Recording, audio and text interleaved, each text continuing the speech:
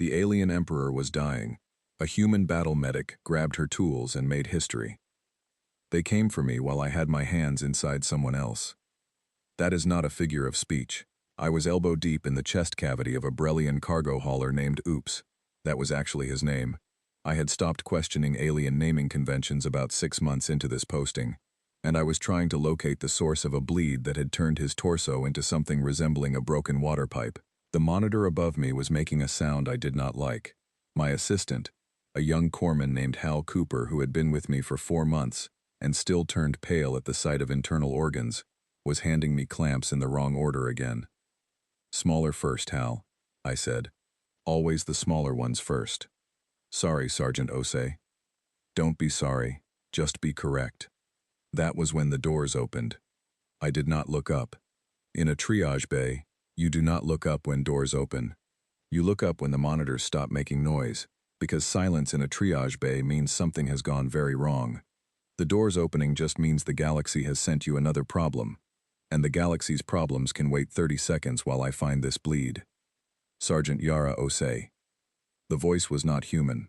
I knew that instantly, not because it sounded strange, though it did, a sort of low resonant hum underneath the words like a cello string that had not quite been plucked, but because no human on this station would address me by my full name and rank in a tone that suggested I was expected to stop what I was doing immediately. "Busy," I said. There was a pause, a very short one. "We are aware. We were told to collect you when you were finished." "Then stand there and wait." Another pause. Longer this time. I found the bleed, clamped it, and spent the next 9 minutes closing Oops up in a way that would hold for at least 3 weeks if he stopped doing whatever had opened him in the first place. I did not ask what that was. I had learned quickly that on Kethvor Station, the less you knew about how people arrived at your table, the better you slept. When I finally turned around and peeled my gloves off, there were 4 of them standing at the door. Valkesh Imperial Guards. I had seen Valkesh before. The Dominion held 3 of the 5 jump gates in this sector, so their people moved through Kethvor constantly, tall, scaled, with that particular stillness that their species carried like a second skin, as if movement itself was something they considered optional. But Imperial Guards were different. These 4 wore armor the color of deep water, and they stood in a formation that was not aggressive, but was absolutely, completely immovable. They were not threatening me. They were simply making clear that the concept of leaving without me had not occurred to them. Behind me, Al was very quietly pretending to organize instruments. "All right," I said. "What do you want?" The one at the front, taller than the others, with a scar running from his jaw to what I assumed was his collarbone, looked at me with pale golden eyes. "You are Sergeant Yara Osei, field medic, 14 years of service, 14 years active deployment, rated expert in trauma surgery, xenobiology emergency response, and field improvisation. That last one is not an official rating. It is in our files." I looked at him for a moment. "Whose files?" "The Emperor's." The triage bay became very quiet. Even the monitors seemed to hold their breath. I heard Hal set something down very carefully on the instrument tray behind me. "The Emperor," I said. "Emperor Savath of the Valkesh Dominion," the guard said, as if I might need clarification. "Ruler of the Dominion's 43 systems. He has asked for you specifically." I pulled my second glove off and dropped both of them in the disposal unit by the sink. I turned on the tap, began washing my hands, and let the silence sit for a moment while I thought about what I was about to ask. "Why me?" "Because everyone else has already been asked," the guard said, "and everyone else has already declined." That was the sentence that made everything real. Not the Imperial Guards, not the golden eyes or the deep water armor or the weight in the room. It was those words, "Everyone else has already declined," because I had been a medic long enough to know exactly what that meant. It meant the case was not difficult. Difficult cases attracted specialists, the way flames attracted moths. Everyone wanted to be the one who solved the puzzle. Cases that emptied a room were something else entirely. They were the ones where the puzzle had no solution. I dried my hands. I looked at the guard. "How long does he have?" "Our physicians estimate between 18 and 30 hours. "What is the injury?" "A blade," he said. It entered during the attempt on his life 4 days ago. It reached his secondary cardiac cluster. I knew what the secondary cardiac cluster was, just barely. I had read about it in a xenobiology module during my cross-training 3 years ago, a secondary circulatory organ that Valkesh physiology used to regulate pressure across their larger body mass. It was roughly analogous to a human heart in terms of importance. Roughly. The actual anatomy was considerably more complicated, and I had spent approximately 3 days studying it before being assigned to a posting that involved mostly humans and the occasional Brellian. "What have your own physicians tried?" I asked. "Everything within their training." The guard's voice did not change. It was very flat and very honest, which I respected. "The cluster must be repaired from inside while it is still in motion. Our instruments are not designed for that. Our surgeons are not trained for that. The motion, the pulse, disrupts every technique they have attempted." I understood that immediately, and I understood, in the same breath, exactly why someone had gone through the Imperial files looking for a human field medic. Human surgery had been born in chaos. In tents, in the backs of vehicles, in corridors of burning ships. We had learned to work with one hand when the other hand was occupied holding something else in place. We had learned to operate in motion because motion was all we had ever been given. Every technique I knew. I knew because some surgeon 200 years ago had been forced to invent it under the worst possible conditions and had passed it down like a family recipe. Working on a beating heart was something human surgeons had been doing for a very long time. "Give me a moment," I said. I walked to the small office off the triage bay, the one with the window that looked out at the docking ring. The stars outside were very still. Kethvor spun slowly enough that you could almost forget it was spinning at all. I stood there for about 45 seconds. The Emperor was dying. 43 star systems worth of political structure was held together by the fact that one very large alien was still breathing. I had read enough briefing documents to know what happened when Valkesh's succession went sideways. The last time it had, 2 border systems had gone dark for 11 years. Humans had not been involved in that conflict, but humans had lived inside the fallout of it for a generation. I was not thinking about any of that, not really. I was thinking about the secondary cardiac cluster, and whether the scanner in my kit was sensitive enough to map one accurately. I was thinking about whether my micro-clamp set would fit inside a Valkesh thoracic cavity without modification. I was thinking about whether I had enough of the right stabilizing agent, or whether I would have to synthesize something on site. I was, in short, already planning the procedure. My brain had made the decision without consulting the rest of me, which was a habit I had developed early and had never managed to break. I walked back into the triage bay. "Hal," I said, "finish the post-op notes for Oops and send them to Dr. Fenwick's queue. Tell her I've been called away and I don't know when I'll be back." Hal stared at me. "Sergeant Osei, are you?" "Tell her it's important and she shouldn't worry." I picked up my kit from the cabinet and began checking the contents with the fast, automatic movements of someone who has done this so many times it no longer requires thought. Scanner, micro-instruments, clamp sets, 3 different sizes, stabilizing agent, 2 doses, suture variants, the small handheld synthesis unit that I had been issued 2 years ago, and that had saved lives in ways its designers had probably not anticipated. I zipped the kit closed and slung it over my shoulder. "Right," I said to the guard with the scar. "Let's go." He looked at me for a moment with those pale golden eyes, and I could not read his expression. Valkesh faces were not easy to read, but something in the set of his jaw shifted very slightly, as if he had been prepared for an argument and was recalibrating now that one was not coming. "The transport is at docking port 7, he said. "Then you'd better move faster than that," I said, and walked past him toward the door. The corridor outside was bright and loud, and smelled like recycled air, and the particular kind of tired that stations always smelled like after a long rotation. I walked through it with 4 Imperial guards at my back and my kit on my shoulder, and 14 years of bad situations in my memory, and I did not let myself think about the word impossible, because in my experience, impossible was usually just a word used by people who had not yet run out of options. I was not out of options. I had not even started. The transport was not what I expected. I had been in military transports, diplomatic shuttles, and once, memorably, a cargo hauler that turned out to have been confiscated from a smuggler and still smelled like whatever the smuggler had been smuggling. None of them had prepared me for the inside of an Imperial Volkesh vessel. It was not decorated in the way that human ships decorated themselves. No flags, no insignia plastered on every surface, no attempt to make the walls feel like anything other than walls. Instead, the interior was clean and very dark, with light that came from strips along the floor and ceiling in a deep blue gold that made everything look like the inside of a very expensive piece of jewelry.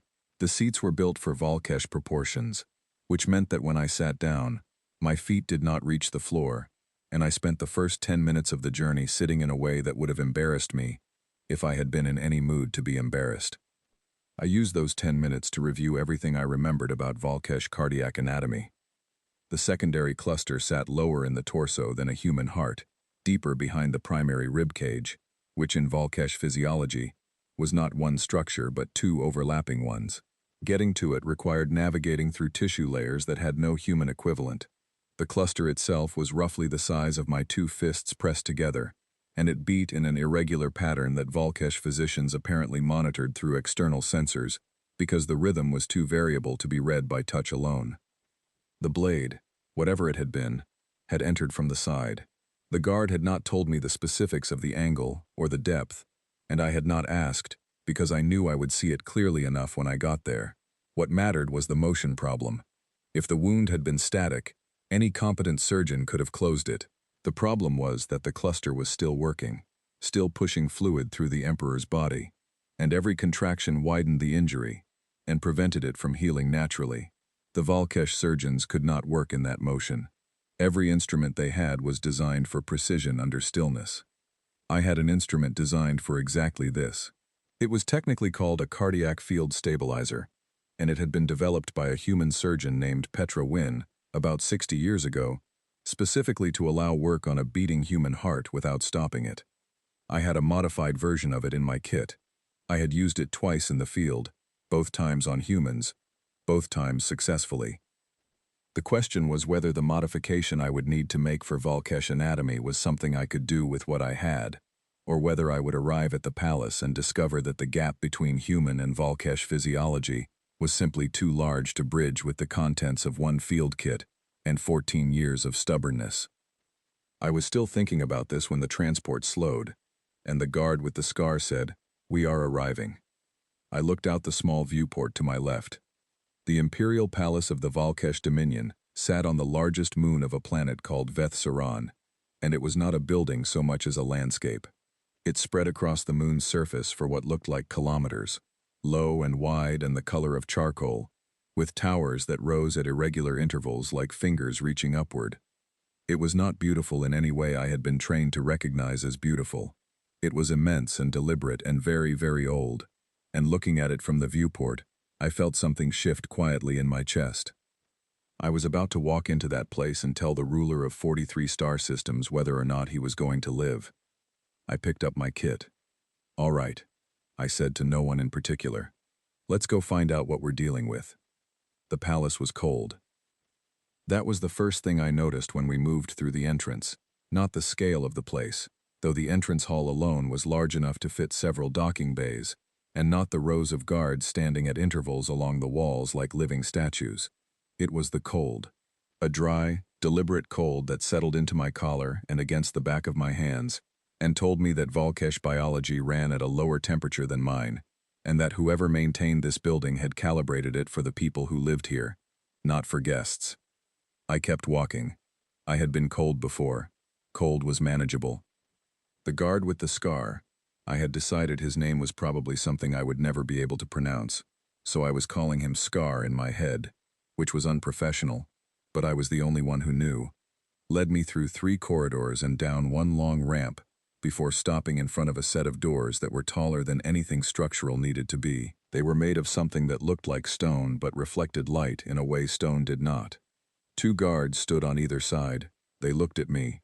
I looked at them. "She is expected," Scar said. The doors opened. The room beyond was not what I had prepared myself for. I had expected something ceremonial, layers of attendants, ritual furniture, the full weight of imperial protocol arranged specifically to make visitors understand their own smallness. What I found instead was a medical space that had been improvised inside what was clearly a formal chamber. Someone had pushed aside whatever furniture normally lived here and brought in equipment, monitoring units, fluid lines, a portable environmental control system that was humming quietly to itself against the far wall. There were 4 Valkesh physicians standing in a cluster near the center of the room, and they all turned to look at me when I entered. Their expressions were not welcoming. I understood that. I was a human. I was short by their standards. I was carrying a kit that probably looked like a child's bag compared to the equipment they had brought. I was not, by any visible measure, the person you sent for when an emperor's life was at stake. I had stopped worrying about visible measures approximately 12 years ago. I walked past the physicians without stopping and approached the bed. He was very large, even lying down. Emperor Saveth of the Valkesh Dominion was 3 meters of iridescent scales that shifted between deep green and dark blue depending on the angle of the light, and his eyes, when they opened and found me, were the color of old amber, ringed with thin lines of darker gold. His face was not expressive in ways I could easily read. His body was very still. That stillness was not peace. I had seen enough patience to know the difference between stillness that was restful and stillness that was controlled. And this was the second kind, the stillness of someone spending an enormous amount of energy simply not showing how much they were hurting. He was watching me. He did not speak first. "Your Majesty," I said. I was not sure what the correct protocol was. I had not been briefed on protocol. I suspected protocol was not the most urgent issue in the room. "My name is Yara Osei. I am a human field medic currently stationed at HFY. I was told you asked for me." A pause, very short. "I was told you were effective," he said. His standard was precise, careful, carrying that same cello hum I had heard from the guards, but more controlled, more deliberate. "The others who came before you told me what they could not do. I am told you work differently. I want to know what you can do." I set my kit down on the nearest clear surface and opened it. "I want to look at the injury first. I don't make promises before I have information." Another pause. Then, for the first time, something moved in his face. Not a smile, not exactly, but a shift around the edges of his jaw that suggested he had expected something different and found what he got more interesting. "The human does not flatter me," he said. "The human has a patient who needs a medical assessment," I said, "with your permission." He spread one large hand, palm up. "Permission given." I took out my scanner, a standard-issue medical unit that I had modified 3 times over the course of my career, once by a tech on a station called Brennan's Point who had owed me a favor, twice by myself on long, boring stretches between deployments, and began reading. The data that came back was dense. I had expected that. Valkesh physiology was layered in ways that human biology was not. Multiple overlapping systems where humans had single ones, redundancies built upon redundancies, as if the species had evolved with a deep distrust of single points of failure. In most situations, that was an advantage. A Valkesh could survive injuries that would be immediately fatal to a human. But the secondary cardiac cluster was the exception to that rule. Because the cluster was not redundant, it was singular. It was, in fact, the one organ in the Valkesh body that had no backup, and right now it had a wound in its outer membrane that was opening wider with every contraction. I looked at the readout for a long time. "Well?" said one of the physicians behind me. His tone was not kind. He was older, I thought, though Valkesh age was hard for me to read from appearance. His scales were a deeper, more fixed shade of green, without the shimmer the emperors carried, and there were markings along his jaw that I had been told indicated seniority. He was looking at me the way people look at something they want to dismiss and cannot quite find a professional reason to. "I'm reading," I said. "We have already read," he said. "The injury is—" "I know what the injury is," I said. "I'm figuring out the approach." Silence behind me. I heard one of the other physicians shift their weight. The scan confirmed what the guard had told me, and added several things no one had mentioned. The blade had not simply punctured the outer membrane. It had also nicked the secondary pressure valve on the cluster's lower face, which meant that the fluid leaking internally was not just from the main wound, but from 2 separate points. That was why it had not responded to the stabilizing agents the Valkesh physicians had tried. They had been treating one leak. There were 2. More importantly, the motion pattern of the cluster was not, as I had initially feared, too irregular to work inside. It was irregular by Volkesh standards, which were extremely precise. By human standards, by the standards of someone who had learned to do fine work inside a moving chest cavity, who had trained on simulations that deliberately introduced vibration and motion to prepare surgeons for real conditions, the pattern was actually quite readable. It repeated, not perfectly, not like a metronome, but with enough consistency that I could map the rhythm and find the windows between contractions where I had space to work. 2 to 3 seconds each. That was not a lot. That was enough. I straightened up and turned around to face the room. The 4 physicians were looking at me. The Emperor was looking at me. The guards along the walls were, in their very still way, also looking at me. There are 2 injury points, I said, not 1. The primary wound in the outer membrane, and a secondary nick to the pressure valve on the lower face. Both need to be closed. Your instruments cannot work inside the motion of the cluster, but mine can, with modification. The procedure will take between 40 minutes and an hour. I will need to work without interruption. I will need 2 of you to manage the monitoring equipment and call out readings every 30 seconds. I will need someone to prepare synthesized Volkesh membrane adhesive. If you do not have it already made up, I can walk you through the formula, but it needs to be done now. The older physician who had spoken before stared at me. You are proposing to enter the cluster cavity while it is in motion. Yes. No surgeon in the Dominion has. I am not in the Dominion, I said. I am from a species that has been doing this for 200 years. We learned to operate inside a beating heart in a tent during a war, using instruments that were not designed for it, because the patient in front of us needed it done, and so we found a way. This is not different in principle. It is different in anatomy, and I have read the anatomy. I can do this. The silence in the room was very complete. The Emperor spoke. Physician Dorith, he said. His voice had not changed. It was still very controlled, still very deliberate, but the quality of the silence around it shifted, the way the air shifts before a large storm. The human medic will have what she needs. Dorith, the older physician, I had a name for him now, held his expression for exactly 1 second, and then he inclined his head. As you command. One more thing, I said. Everyone looked at me. I need quiet while I work. Absolute quiet. If something changes on the monitors, call it out clearly, and I will respond. But no commentary. No second opinions. No suggestions. I looked at Dorith directly. I say this with respect. I know you want to help. The most helpful thing you can do right now is trust me to do my job. Dorith held my gaze for a moment. Something moved in his face that I could not completely read. Begin the adhesive preparation, he said to one of the other physicians, and turned away to the monitoring station. I turned back to the Emperor.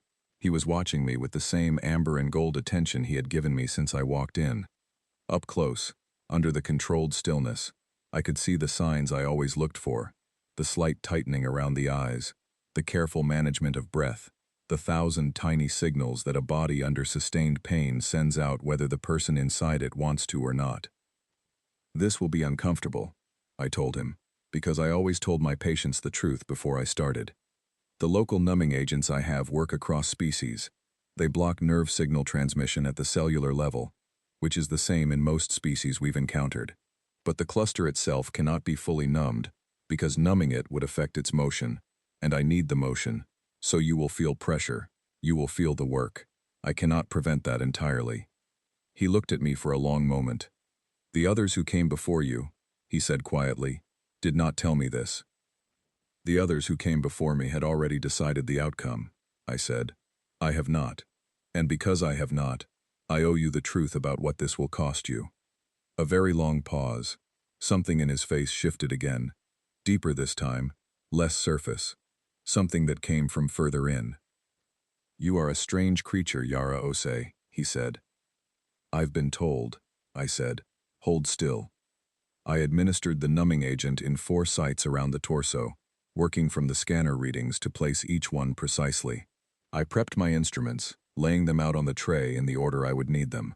Cardiac field stabilizer, modified for the scale difference, first, Microclamps second and third. The adhesive applicator, once it was ready, fourth. I checked my scanner settings 3 more times. Behind me, I heard Dorothy calling out a baseline reading in a careful, flat voice. One of the other physicians responded. The monitoring equipment hummed. The synthesized adhesive was delivered to my tray 12 minutes later. I flexed my fingers. I thought about the 200 years of surgeons who had learned on the fly in the worst conditions imaginable and had left their knowledge behind for people like me to inherit. I thought about the particular stubbornness that human medicine had always carried, the refusal to look at a patient and say the word impossible, the insistence on trying the next thing, and then the next thing after that. I thought about the 43 star systems waiting on the other side of this procedure, and then I set that thought aside, because you cannot operate well when you are thinking about consequences. You can only operate well when you are thinking about the work. I'm beginning, I said, and I began. The first thing you learn, really learn, when you train to operate inside motion, is that your hands need to stop being yours. That sounds strange. Let me explain it better. When you operate on a still patient, your hands are responding to your thoughts. You decide to move left, your hands move left. You are in charge. But when the tissue beneath your hands is itself in motion, when it rises and falls and shifts with a rhythm that does not answer to your decisions, you cannot operate that way. You will always be slightly behind. You will always be correcting, compensating, chasing a target that has already moved. You will never be quite right. What you have to learn instead is to feel the rhythm through your instruments. To let the pulse travel up through the handles of your tools and into your palms and from your palms into some part of your brain that is not thinking but only reading, only listening, and then your hands stop responding to your thoughts and start responding to the rhythm instead. They move with it, not against it. You become, for the duration of the procedure, less like a person operating, and more like a person participating. The body you are working inside is doing something, and you are joining it rather than overriding it. It takes years to learn. I had 14. The cardiac field stabilizer went in first, and I felt the cluster's rhythm immediately, a deep, irregular pulse that came in waves rather than beats, closer to the ocean than to a metronome. I had mapped it from the scanner, but mapping and feeling are 2 different things, and for about 15 seconds I simply held the stabilizer in place and let my hands learn the pattern. Every 2 to 3 seconds, rise, hold, fall. Rise, hold, fall. The hold was the window. The hold was where I had to be. 15-second reading, Dorothy said from behind me. His voice was completely flat, exactly as I had asked. Pressure slightly elevated, stable. Copy, I said, and I did not move my eyes from the scanner display above the operating site, which was feeding me a real-time view of the interior. The primary wound was immediately visible. A clean cut, deep but precise, which told me that whoever had made it had known exactly what they were doing and exactly where to aim. That was a darker thought than I had time for, so I set it aside. The secondary nick to the pressure valve was smaller, harder to see without the scanner, and I was glad I had found it on the readout before I started, because in the motion of the working cluster, it was nearly invisible to direct sight. I was going to need to close the valve nick first. It was smaller and less acute than the membrane wound, but it was the harder reach, and if I left it until after I had addressed the larger injury, I would be working in a site that was less stable and with hands that were already tired. I found the window. The cluster rose, held. I moved. The microclamp placed perfectly. Tiny, precise, exactly where I needed it. The cluster fell again. I held my position. Rose, held. I applied the first trace of adhesive along the valve's damaged edge, working in strokes so small they were almost invisible. Fell. Rose, held. Second application. Building the seal layer by layer the way you build anything that needs to last. Patiently, without rushing. 30-second reading. Dorothy's voice. Pressure holding. Secondary fluid output. A very brief pause. Reduced. I had sealed half the valve nick. The fluid pressure on that side was already dropping. That was good. That was very good. Copy, I said, and kept working. The next 8 minutes were the quietest 8 minutes I had spent in recent memory. The room behind me was absolutely silent except for the monitoring equipment and Dorothy's readings, which came at their promised 30-second intervals in that careful, flat voice. The other physicians did not speak. The guards did not move. Even the environmental control system seemed to quiet itself. I worked. Rise, hold, fall. Rise, hold, fall. The valve nick closed in 4 more minutes. 6 adhesive applications, each one building on the last, each one laid down in that 2 to 3 second window, with the precision that 14 years of very bad situations had built into my hands, without my ever consciously deciding to put it there. When the final application cured and the scanner showed the seal complete, I allowed myself exactly 1 slow breath. Then I moved to the primary wound. This was larger. This was the one that the Valkesh physicians had seen first, had tried to address first, and had failed to reach because their instruments had no way to manage the motion. Looking at it through the scanner feed, I understood their frustration. It was not a simple linear cut but a complex one, the blade having moved slightly during extraction, leaving a wound that was wider at one end than the other, and had irregular edges that did not want to sit flat. Adhesive alone would not close this one.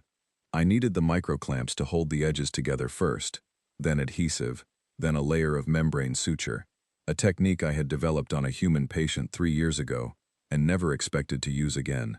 60-second reading, Dorothy said. Pressure. Another pause. This one was longer. I did not look up. Read it out. Pressure dropping, he said. The cluster is. The rhythm is changing. I felt it before he finished the sentence.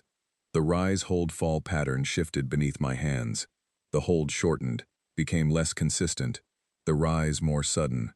The cluster was doing something irregular even by Valkesh standards.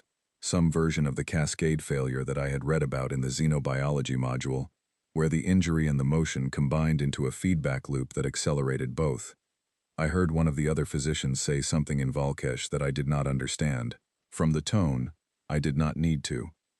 The cluster is going into, there is no standard equivalent. Dorothy's voice was still flat, but now it was very flat. The flatness of someone controlling themselves carefully. Our word for it would be, the rhythm is failing. I know, I said. Sergeant Osei, his voice changed slightly. Just slightly. Our physicians, all of them, they ended their attempts at this point. The failure of the rhythm is, in our experience, it is the end. I know, I said again. You should. I know what your experience says, I said, and my voice came out very steady, which was one of the things I was proudest of in that moment, because the rest of me was not steady at all. I am not using your experience right now. I am using mine. Human cardiac arrest during a procedure was not the end. It was a problem. It was a very serious problem that required immediate response, and there was no guarantee the response would work. But it was not, by definition, a door that closed.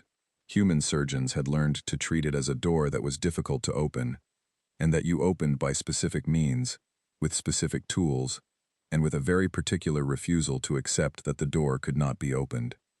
I had my hands inside the Valkesh Emperor's secondary cardiac cluster, during an arrhythmic cascade that his own physicians considered terminal, and I did what I had been trained to do. I supported the rhythm manually. The cardiac field stabilizer, at its secondary setting, a setting I had used once before on a human, and once on a simulation, and never in between, could create a gentle external pulse, not strong enough to override the organ's own function, but strong enough to echo it, to remind it what it was supposed to be doing, to give it a beat to follow when it had lost its own. In humans, this worked about 70% of the time. In Valkesh physiology, I had no data. I had only the principle, which was that biological systems respond to rhythm, and that rhythm can be suggested even when it has been lost. I set the stabilizer. I held position. I waited. 8 seconds. 15 seconds. 20. I heard absolutely nothing from the room behind me. Not a breath, not a movement. Dorothy had gone silent. The monitors were still running. I could hear them, but no one was reading them aloud. I think, in that moment, every being in that room had stopped expecting anything good to happen and was simply waiting.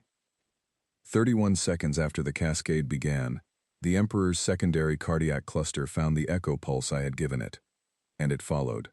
Rise, hold, fall, not perfectly, not smoothly, but there, present, working. Pressure, I said. Doreth's voice came back after exactly 1 second, a second that I suspected had contained an entire universe of reaction that he was not showing me. Pressure, rising, returning to baseline. The rhythm is. Another pause.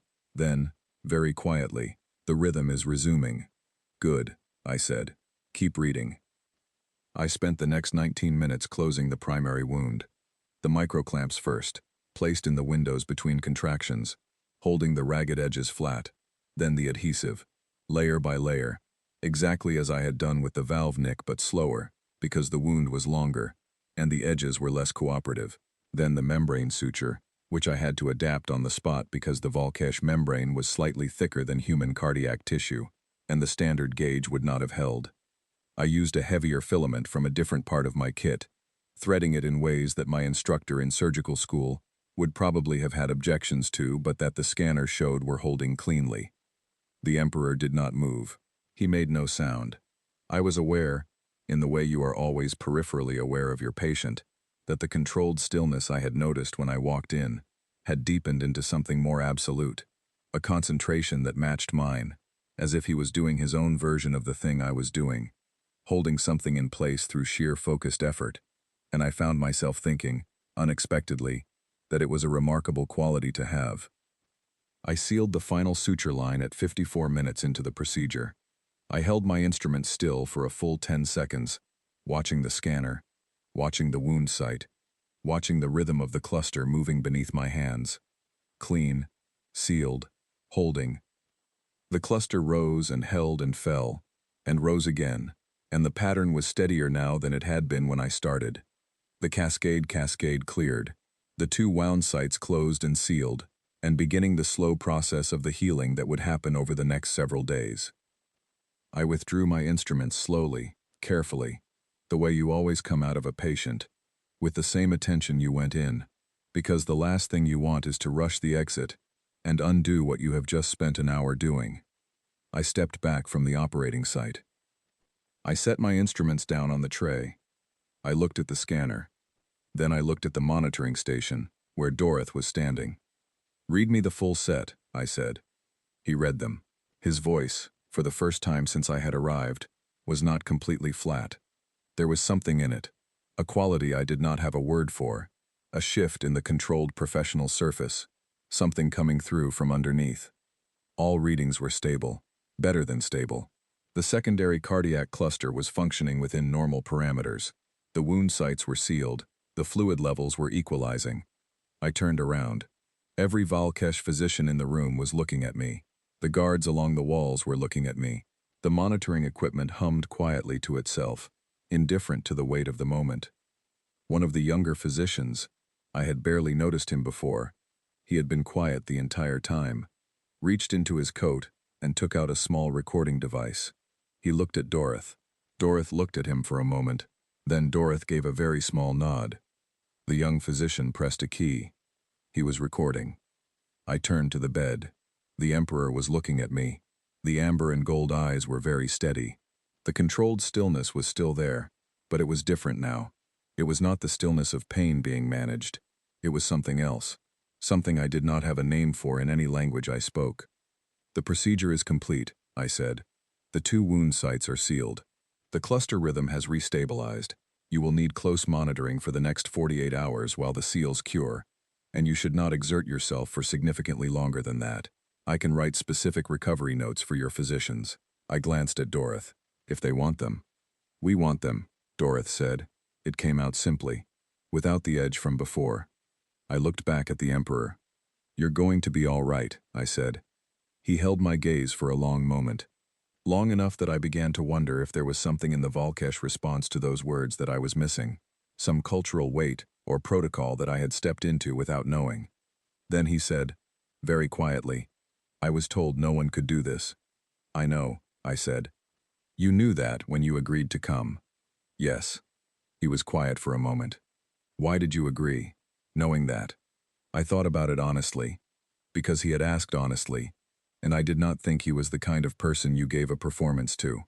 Because everyone else had already said no, I said, and someone had to say yes. And I looked at the problem and I thought I could. So I came. I shrugged, slightly. That's usually how it works, for me. He looked at me for another long moment. You are a very strange creature, he said again. You said that already, I said.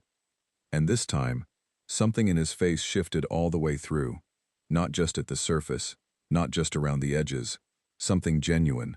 Something that I had no frame of reference for in Valkesh expression, but that I would have called relief, in a human. Relief and something else. Something older and quieter. Behind me, I heard the young physician's recorder still running. I picked up my kit and started writing the recovery notes. They gave me a room. I had not expected a room.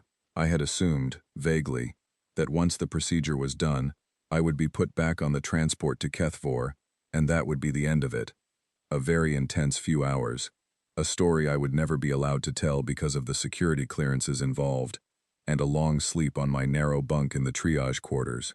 Instead, a young guard named Vesa.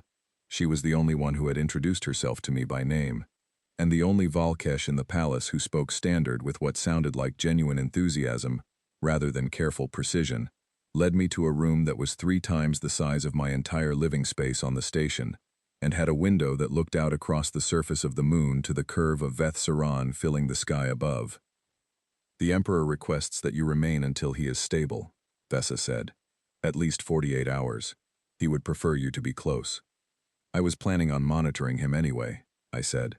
Tell him yes.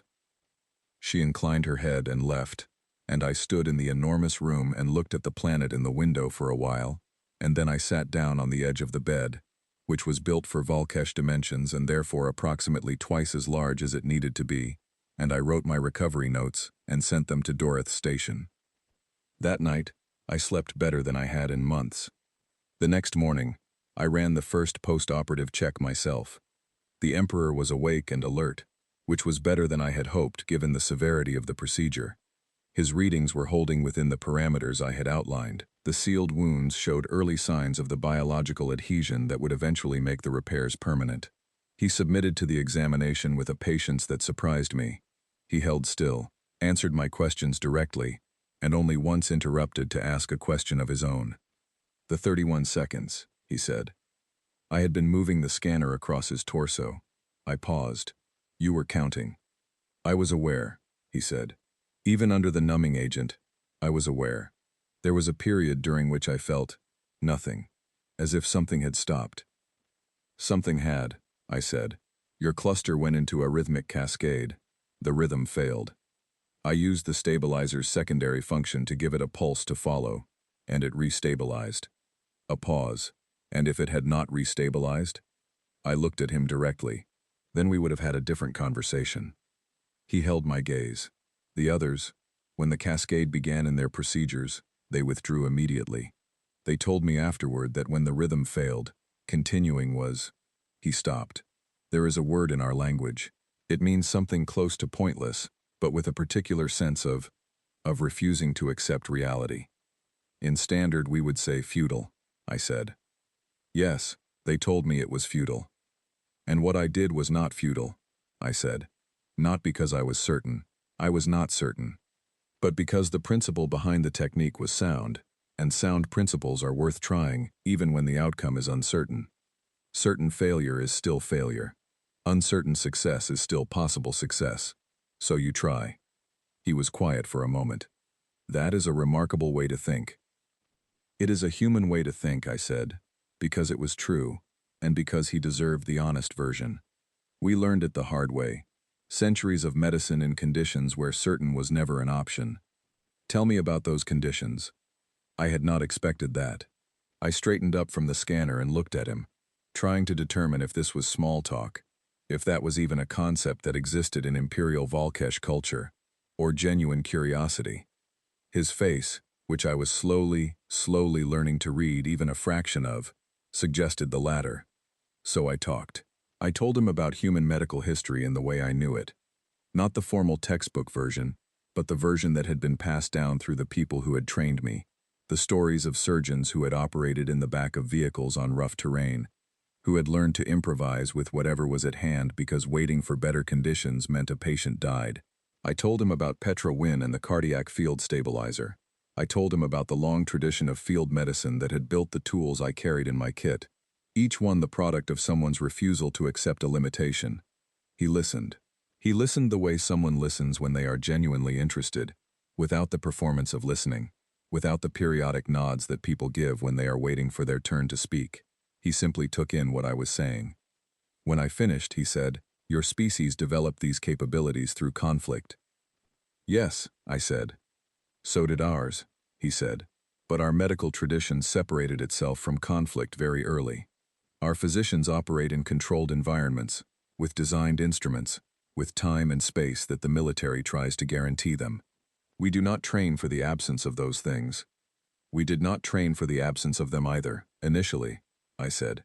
"We were forced into it, and then, over time, we decided that the things we learned under those conditions were worth keeping, that the improvisation itself was a skill, so we kept teaching it even after the wars were over."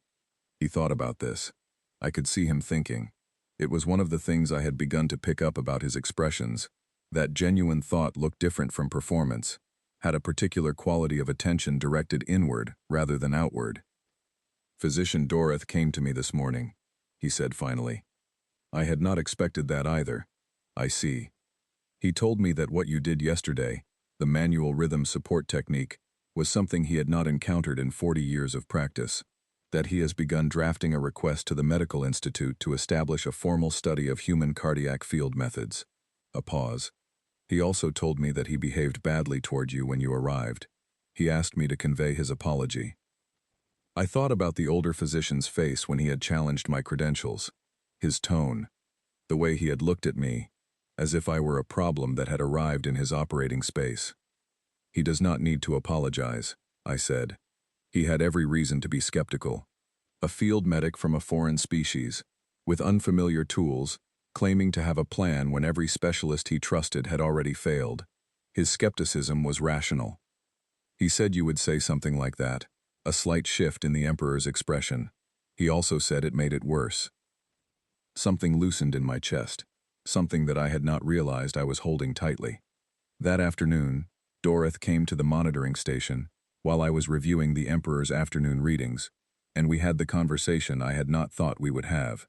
He asked me, formally and very carefully, to walk him through the improvised rhythm support technique, not the theory, which he had read in the notes I had written the night before, but the physical execution, the hand positions, the stabilizer settings, the decision points. I walked him through it. He asked precise questions. I gave precise answers. Somewhere in the middle of it, without either of us quite deciding to stop being formal, we simply became two physicians talking about a procedure, and it stopped mattering that I was human and short, and from a station at the edge of this sector, and had arrived carrying a kit that looked like a child's bag. "The window," he said. "The gap between contractions where you did the work. You described it as 2 to 3 seconds. How did you learn to identify it without calculating it consciously?" "Practice," I said. "Years of it. You can learn to feel a rhythm through instruments. It takes a long time. You make mistakes. Eventually it becomes something your hands know, without your brain having to think about it. We do not teach that." "No," I said, "because you have never needed to. But you could." He looked at me. "You are suggesting that Valkesh surgeons should learn this." "I am suggesting it might be useful," I said. "You asked how I identified the window. I told you. What you do with that information is your decision, and your institute's." He was quiet for a moment. 40 years ago," he said, "when I began my training, a Valkesh physician who suggested learning surgical techniques from a non-Dominion species would have been removed from practice." "And now?" I asked. "Now the Emperor is alive," he said. We were both quiet after that, not an uncomfortable quiet, the kind that settles between two people after something true has been said. That evening, Vesa came to find me and told me, gently but clearly, that there were people in the palace who did not want me there. She described them as members of the Succession Council, a body of advisors who had, in the past 4 days, been quietly making arrangements for the transition of power. The Emperor's death had been, to certain individuals, an opportunity that a human field medic had just removed from the table. I thanked her for telling me. "You are not worried," she said. She seemed slightly surprised. "I'm a medic stationed on a cross-species transit hub at the edge of Imperial space," I said. "I have been in situations where people did not want me to succeed at things. It is not my favorite situation, but I have survived it before." She looked at me for a moment with those pale golden eyes, younger than scars, brighter, still with some quality of openness in them. "The palace is saying you will be honored," she said, formally. "The Emperor will announce it when he is recovered enough to hold court." "That's not necessary," I said. "It is not a matter of necessity," Vesa said. "It is a matter of what is owed." I thought about that after she left. I sat by the window in the enormous room and looked at the planet curving above the moon's surface, and I thought about what was owed and what was not, and about the Emperor lying in the chamber down the corridor alive when he should not have been, and about Dorith at his monitoring station running through notes on a technique that human surgeons had developed in a tent 2 centuries ago. I thought about Hal back on Kethvor, handing clamps in the wrong order and writing post-operative notes for a Brellian named Oops. I thought about the succession council members who had wanted a different outcome, and I thought about how small their window for maneuvering had just become, and about the 43 star systems that would not now have to go through the particular kind of darkness that comes when a governing structure collapses without a plan. I had not come here for any of that. I had come here because someone had asked me and I had looked at the problem and believed I could address it. Everything else was consequence. And consequence was not something you calculated in advance when you were a field medic on a transit hub. You just picked up your kit and you went where you were needed and you did what you could. On the second day of the post-operative period, the Emperor asked to speak with me in the evening. Not a medical visit. Dorith handled those now with a new and careful attentiveness that I found quietly satisfying. But a conversation. He had his guards position themselves at the doors and we sat in the space near the window. Him in a chair that had been built to accommodate his dimensions and me in a smaller chair that had been brought in and that I suspected was usually used as a side table. "I want to ask you something," he said. "All right?" "You knew, when you agreed to come, that every other specialist had refused. You knew the injury was considered impossible to treat, and you came anyway." He paused. "I need to understand why. Not the practical answer you gave me before. The answer about looking at the problem and believing you could address it. I mean the deeper answer. Why does a human medic look at an impossible situation and choose to enter it?" I thought about it for a while. Long enough that he waited, which I suspected was something he did not always do. "Because the alternative," I said finally, "is that someone dies who did not have to. And that, when I think about that, when I imagine walking away and the outcome that follows, I cannot do it.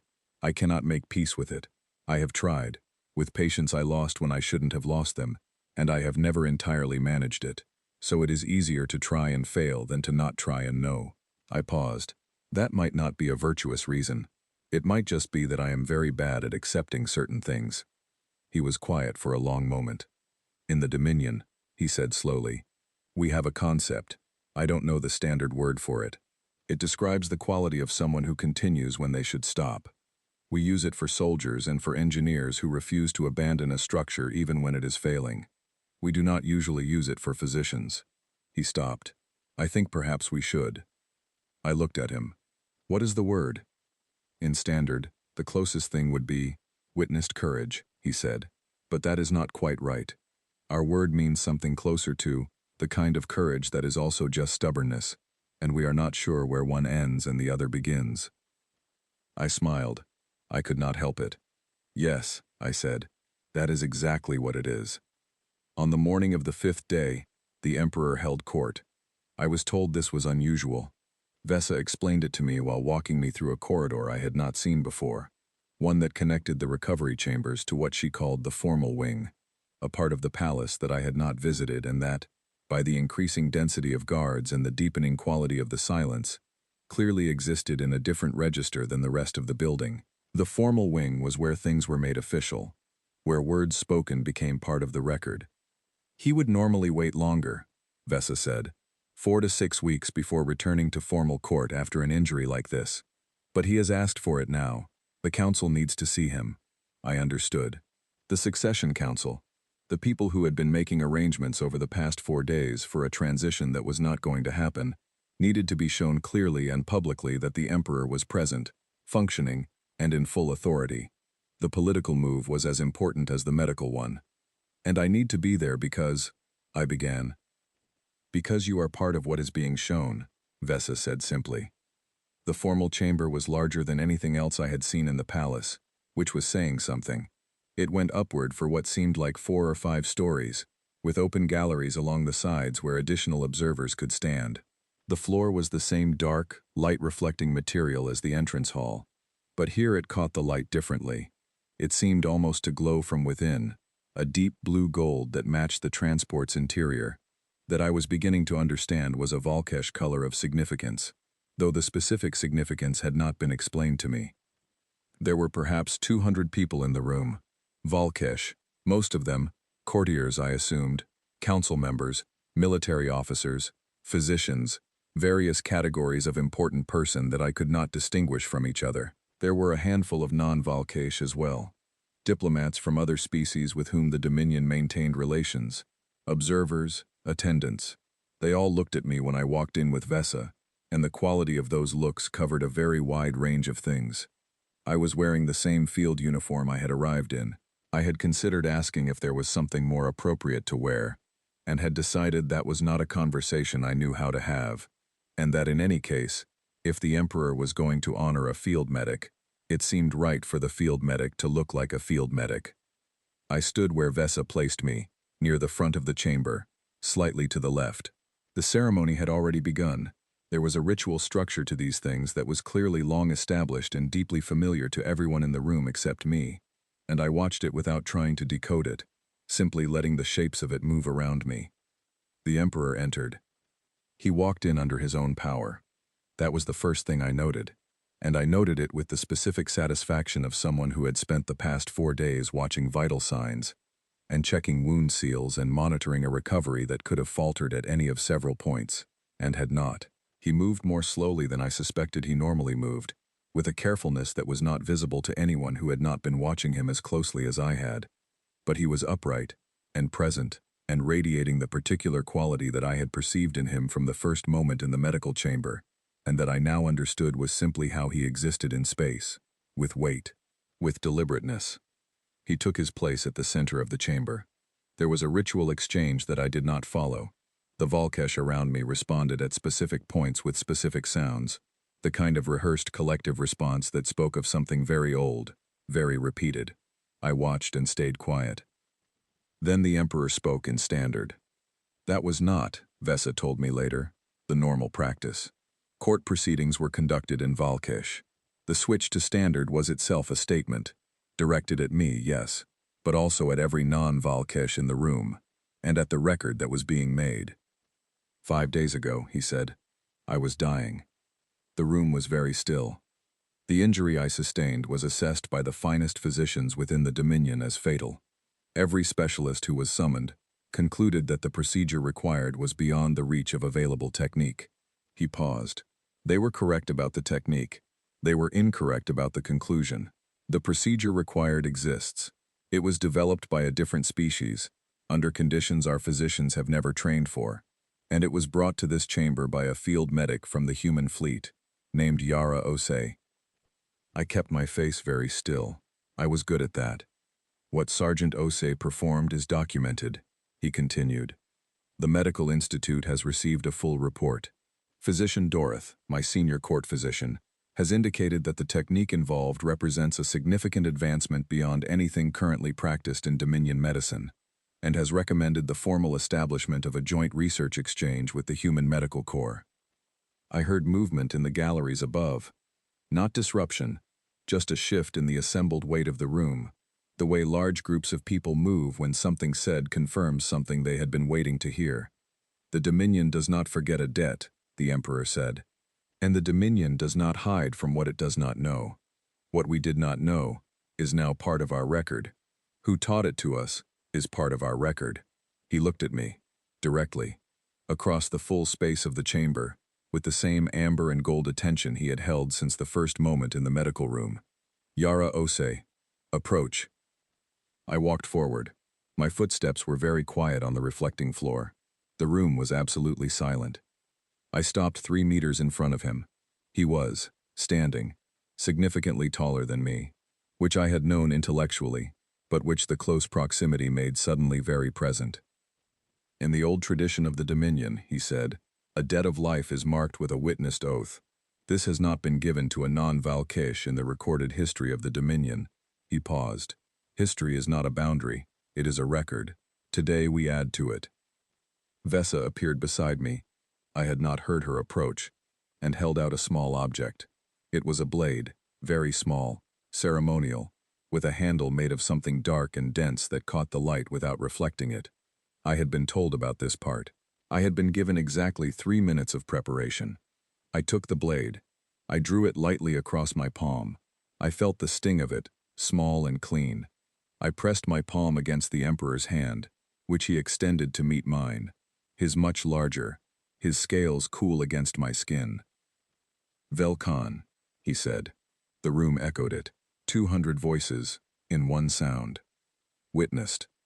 The ceremony closed in the way ceremonies close, with structure and deliberateness, and the sense of something settling into permanence. I was given back to Vesa and returned to my position, and the court continued with things that were presumably more standard, and that I did not follow. I stood with my hand wrapped in a small cloth that Vesa had provided, and I looked at the floor and I breathed. Afterward, the court had lasted nearly 2 hours. The Emperor sent for me one more time. A private audience, just the 2 of us, and the 2 guards at the door, in a small room off the formal chamber, that had the feeling of a space used for exactly this, the things that needed to be said after the ceremony was over. The research accord will be formalized within the week, he said. Your corps commander will receive the diplomatic documentation. Physician Dorith will lead for the Dominion. I am told he has already identified 3 practitioners he wishes to train in the field improvisation methods. He asked me if I would consult on the training curriculum. I said. I told him yes. Something moved in the Emperor's face. He told me you would probably say yes before he asked. He was right, I said. He also told me, the Emperor said, that working with you was the most challenging professional experience of his career, and that he intends to write a paper about it. I laughed. It came out before I could decide not to. I'll look forward to reading it, I said. A pause. A comfortable one. I had not expected to find comfortable silences with the Valkesh Emperor, but the past 5 days had built something between us that I did not have a clean word for. Not friendship exactly. Not the relationship between a physician and a patient, which was also not quite right. Something with weight to it. Something that had been made under pressure and had held. Will you return? He asked. I thought about Kethvor, about the triage bay and the narrow bunk and the monitor above the table that made the sound I did not like. About Hal and his wrong order clamps, and the Brellian named Oops who would need a follow-up in 3 weeks. I go where I'm sent, I said. That's how it works for me. But if your physicians begin the training exchange, I expect someone will send me to consult at some point. And I'll come. I would like that, he said. And he said it simply, without the weight of ceremony around it, just the plain statement of a preference, which was the most like a person, I thought, that he had seemed since I met him. Your Majesty, I said, take care of that cluster. No physical strain for 8 weeks. If anything feels wrong in the chest, call Dorith immediately and have him contact me. I left detailed recovery guidelines. He mentioned, the Emperor said. They are very thorough. I am very thorough, I said. Yes, he said. That became clear. I gathered my kit from where it had been stored, and Vesa walked me back to the transport. The moon's surface outside the ports was pale and still, under the arc of the planet above, and I sat in one of the oversized seats with my kit on the seat beside me, and my hand wrapped in the cloth, and I looked out the viewport and let the past 5 days sort themselves out in my mind. The transport rose. The palace fell away below us. I watched it until the viewport angle took it out of sight. I had a Velkan mark on my palm. I had contributed, apparently, to the opening of the first formal medical exchange between humanity and the Valkesh Dominion. I had been given a title that no non-Valkesh had ever held, which I could not pronounce, and which I suspected no one at the Keth-4 triage station would have heard of, and which I was going to have to find a way to mention on my service record without it sounding like I had invented it. I had operated on an emperor. I had lost his pulse for 31 seconds and gotten it back, which was the part that would stay with me longer than any of the rest of it. That specific span of time, those 31 seconds of nothing, and then the return, the cluster finding the echo rhythm and following it back. That moment would live in my hands the way certain moments do, stored in the muscle memory alongside all the others. The first save, the save I had not expected to make, the one that had gone the other way. The transport docked at Keth-4's Port 7 4 hours later. The journey back was quiet.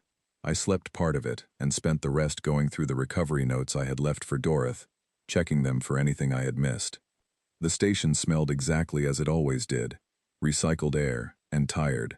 The lights in the docking corridor were the same flat white they always were. A maintenance drone rolled past me in the passageway and beeped once, which was its version of acknowledging my presence, and I beeped back at it out of habit. The triage bay doors opened in front of me, and Hal looked up from behind the instrument tray where he was sorting something, and his face did the specific series of things that Hal's face did when he was surprised, a rapid sequence of expressions that he had never quite learned to control, and he said, "Sergeant Osei, you're back." "I am," I said. "Dr. Fenwick said you'd been called away somewhere important." He was trying not to ask. He was not succeeding. I set my kit down on its hook.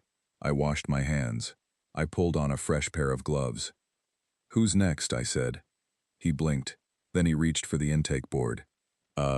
We have a Pelian crew member from Docking 3. Minor laceration on the secondary arm. There are 4 of those, in case you weren't briefed, and only the second one is actually injured, and a human crew chief from Bay 11 who thinks he has a cracked rib but might just be bruised. And there's a Valkesh merchant who came in about 20 minutes ago, said something hurts near his chest, but he won't let anyone look at him until a qualified physician is. I looked up. "A Valkesh?" I said. "Yeah." Hal looked at me. "I know. Not really our usual. I told him we could contact the Dominion medical representative on the station, but he said he wanted a human medic specifically. He said someone told him about." Hal paused, clearly uncertain how to phrase the next part. "He said someone told him that if he needed chest work, there was a human medic on this station you wanted." I looked at the ceiling of the triage bay. I looked at the monitor with its particular sound. I looked at my kit on its hook, and my hands in their fresh gloves. 200 years of surgeons in tents and burning ships and the backs of vehicles. A stabilizer setting used twice in the field and once in an imperial medical chamber. 31 seconds of nothing, and then the return. An old physician in deep water armor who was already writing a paper. History is not a boundary, it is a record. "Send him in," I said. "I am going to tell you something true, and it is the truest thing I know after 14 years, and one very unusual week. They will write about what happened in that palace. They are already writing about it. Dorothy's paper, the Dominion historical record, the diplomatic documentation of the research accord. They will write about the Velcon mark and the joint exchange program, and the moment a human field medic stabilized an imperial cluster using a method that no Valkesh physician had seen before. The young physician who started his recorder will show that footage to students for years. The history of 2 civilizations will have a footnote, and then a chapter, and eventually something larger than that, about the day when the limits of what was known turned out to be smaller than what was possible. I hope when they write it, they get the important part right. Not my name, though they will get that. Not the title, though that will be in there too. Not the technique, though that matters greatly, and I hope they explain it clearly. The important part is this. He was dying, and someone had to try, and trying was not the heroic thing, and it was not the exceptional thing, and it was not even the brave thing, not really.